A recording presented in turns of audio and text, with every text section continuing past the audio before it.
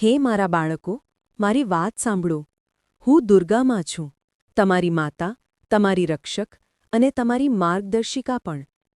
તમે વિચારો છો કે હું ફક્ત યુદ્ધભૂમિમાં રાક્ષસોનો નાશ કરવા આવું છું, પણ હું તે દરેક જગ્યાએ છું, જ્યાં કોઈ બાળક ભૂખથી રડે છે, જ્યાં કોઈ માતા દુઃખી થાય છે, જ્યાં કોઈ પિતા નિરાશ થાય છે. હું તારું દરેક દુઃખ અને દરેક આંસુ જોઉં છું.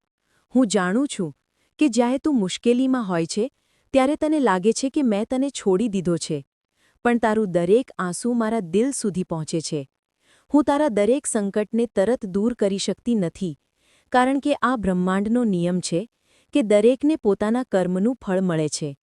પરંતુ જ્યારે તારું હૃદય પવિત્ર થઈ જાય છે, જ્યારે તારી તપસ્યા સાચી હોય છે, જ્યારે તારી આંખોમાંથી ફક્ત પોતાના માટે નહીં પણ બીજાઓ માટે આંસુ વહે છે, ત્યારે હું બધા નિયમો તોડી દઉં છું.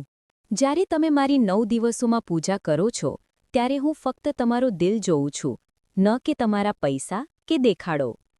જો તમે મને મંદિરમાં નારિયેળ ચઢાવો અને બહાર કોઈ ભૂખ્યા બાળકને નજરઅંદાજ કરો, તો તે વ્યર્થ છે. જો તમે મને સુંદર વસ્ત્રો પહેરાવો અને પોતાના માતાપિતાને દુઃખી કરો, તો તે પણ વ્યર્થ છે. આ એક ચેતવણી છે. જો તમે ફક્ત બાહ્ય દેખાડો કરશો અને અંદરથી પોલા રહેશો, તો નવરાત્રિ ફક્ત એક તહેવાર બની રહેશે, તેની આત્મા મરી જશે.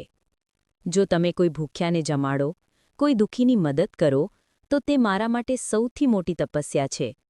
જો તમારા દિલમાં કરુણા અને ત્યાગ છે, તો હું હંમેશા તમારી સાથે છું. પરંતુ જ્યારે હું જોઉં છું કે કોઈ માતા પોતાના બાળકને હિંમત આપે છે, કોઈ પિતા પોતાના આંસુ છુપાવીને હિંમત આપે છે, કોઈ બાળક ભૂખ્યો રહીને પણ પોતાના ભાઈને ખાવાનું આપે છે, ત્યારે મારું હૃદય ગર્વથી ભરાઈ જાય છે. સત્ય, કરુણા અને ત્યાગ જ સૌથી મોટું તપ છે. માટે જો નવરાત્રિના 9 દિવસ તમે પવિત્ર મન અને શ્રદ્ધાથી મારી ભક્તિ, આરાધના કરશો, તો હું હંમેશા તમારી સાથે જ રહીશ.